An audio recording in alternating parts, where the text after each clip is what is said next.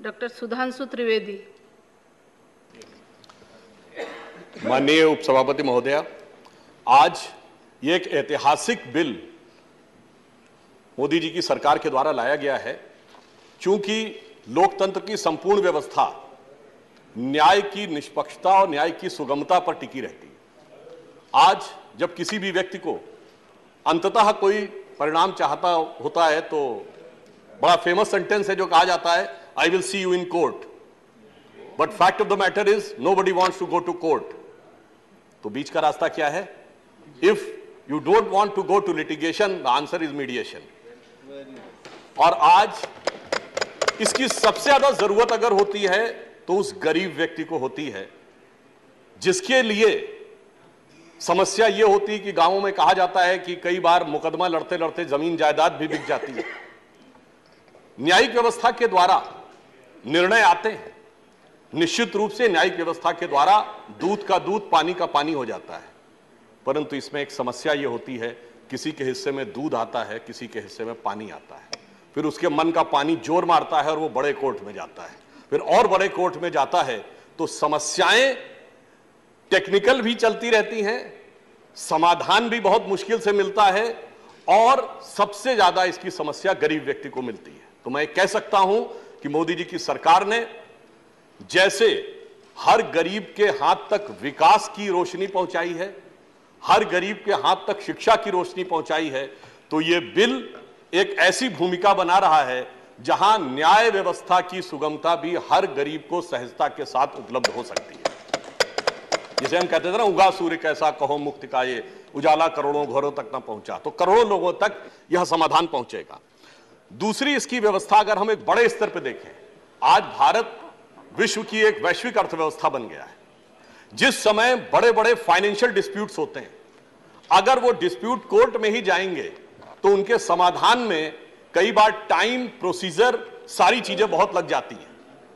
इसलिए यदि यह इस बिल में जो व्यवस्था की गई है कि प्री लिटिगेशन मीडिएशन की जो व्यवस्था की गई है, मुझे लगता है कि एक मौका देता है कंपनियों को कि वो अपनी कॉस्ट बेनिफिट एनालिसिस भी कर सकें कि अगर वो लंबे लिटिगेशन में जाएंगे तो उनके ऊपर क्या प्रभाव पड़ेगा। और इसका एक प्रमाण यह है कि 2015 का जो कमर्शियल कोर्ट एक्ट था, जिसमें 2018 में मीडिएशन को एक प्रकार से इनिशिएट किया गया या काफी आवश्यक किया गया, उसके बाद ईज ऑफ डूइंग बिजनेस में भारत ने लंबी छलांग मारी। तो मैं कह सकता हूं कि इसके द्वारा जो बिजनेस डिस्प्यूट्स हैं उनको भी संभालने में एक बड़ी हमें बहुत सहायता मिलेगी। इसके अतिरिक्त एक और विषय जिसका डॉक्टर अमर पटनायक जी ने भी उल्लेख किया था, आज ग्लोबलाइजेशन का दौर है। कई ऐसी कंपनियां हो सकती हैं कि जिनके ऊपर कोई दूसरे देश के कानून के साथ भी उनका संबंध हो, और उसमें जब आप लिटिगेशन में जाते हैं या कानूनी प्रक्रिया में जाते हैं तो उसमें अगर दूसरे देश के कानूनों का थोड़ा भी प्रभाव आ गया तो वो बहुत पेचीदा हो सकती है व्यवस्था। तो मुझे लगता है कि इस ढंग की व्यवस्थाओं के लिए तो ये मीडिएशन का लॉ एक वरदान की तरह आएगा कि ऐसी स्थिति में दोनों ही जो प्रतिस्पर्धी या प्रतिद्वंदी ग्रुप हैं वो अपने लाभ हानि को देखकर यह तय कर सकते हैं कि इसमें बीच में से समाधान कैसे निकलेगा। जिसके लिए इस बिल में व्यवस्था है कि मीडिएशन काउंसिल के लोग उसको तय करेंगे अगर फॉरेन कंपनी के साथ किसी प्रकार का मीडिएशन होगा, और उसके साथ साथ यह भी तय होगा कि उस मीडिएशन की प्रक्रिया के लिए प्रोफेशनल मीडिएटर्स भी आगे बनेंगे, जो आगे जाते जाते धीरे धीरे ऐसी स्थिति भी आएगी कि आने वाले समय में हमारे पास एक सुविचारित, सुव्यवस्थित एक मैकेनिज्म बन जाएगा जिसमें कि हर प्रकार के डिस्प्यूट को सॉल्व करने के लिए मीडिएटर्स होंगे। और इसलिए मैं कह सकता हूं कि इन्होंने इस प्रोसेस का, सरकार ने सिंप्लीफिकेशन भी किया है, स्टैंडर्डाइजेशन भी किया है और मॉडर्नाइजेशन भी किया है।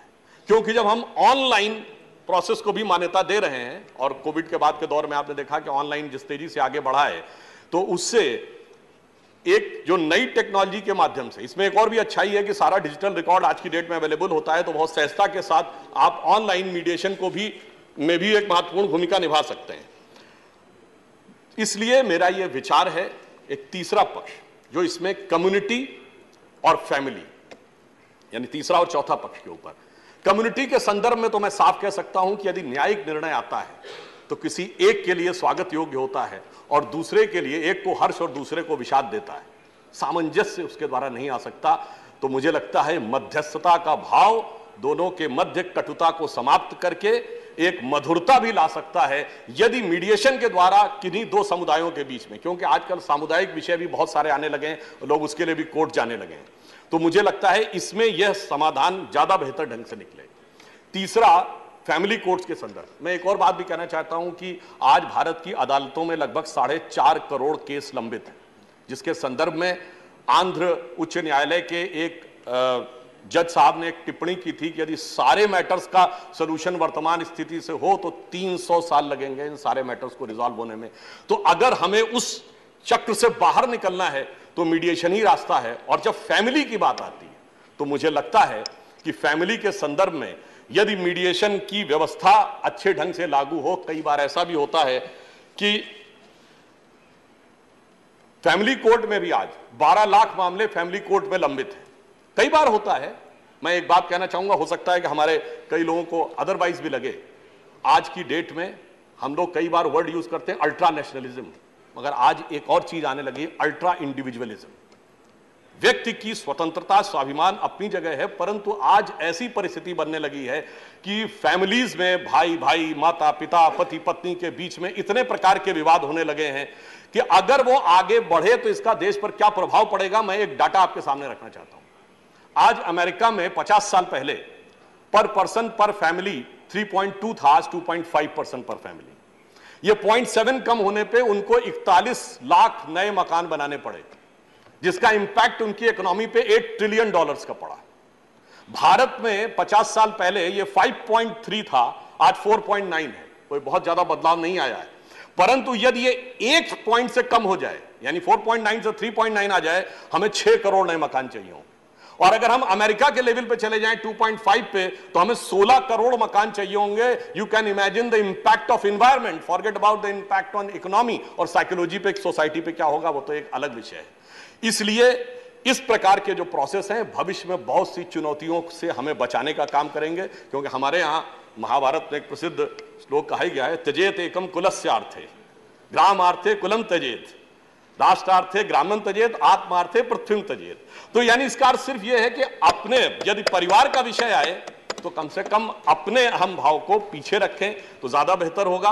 और मैं अधिक समय न लेते हुए कहना चाहूंगा कि हमारे प्रतिपक्षी भी आज यहां पे नहीं है, परंतु मुझे विश्वास है कि वो मीडिएशन के साथ होंगे, क्योंकि जो अभी तक एक दूसरे के खिलाफ कन्फ्रंटेशन करके लड़े पड़े थे, अब एक दूसरे से मीडिएशन करने के लिए गिरे पड़े। तो मुझे लगता है कि वो जरूर इस मीडिएशन के साथ होंगे, परंतु मैं इस मीडिएशन बिल का समर्थन करते हुए एक मामले में मीडिएशन का विरोध भी करता हूं।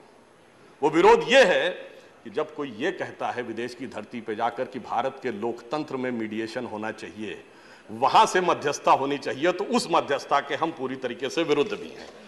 तो मैं सिर्फ ये कहना चाहूंगा कि इसके द्वारा मोदी जी ने जो मैंने पहली पंक्ति कही थी, उसी की दूसरी पंक्ति कह के बात समाप्त करता हूं कि उगा सूर्य कैसा कहो मुक्ति का, ये उजाला करोड़ों घरों तक न पहुंचा, खुला पिंजरा है मगर रक्त अब भी थके पंछियों के परों तक न पहुंचा, हम कहते थे। और प्रजातंत्र की धार उतरी गगन से मगर नीर जन सागरों तक न पहुंचा। तो मैं कह सकता हूं आज जन जन के सागर तक वह नीर पहुंचाने का काम न्यायिक व्यवस्था में इसके द्वारा हो रहा है। धन्यवाद। धन्यवाद डॉक्टर सुधांशु त्रिवेदी जी। ऑनरेबल श्री जी के वासन, ऑनरेबल जी के वासन, यू आर द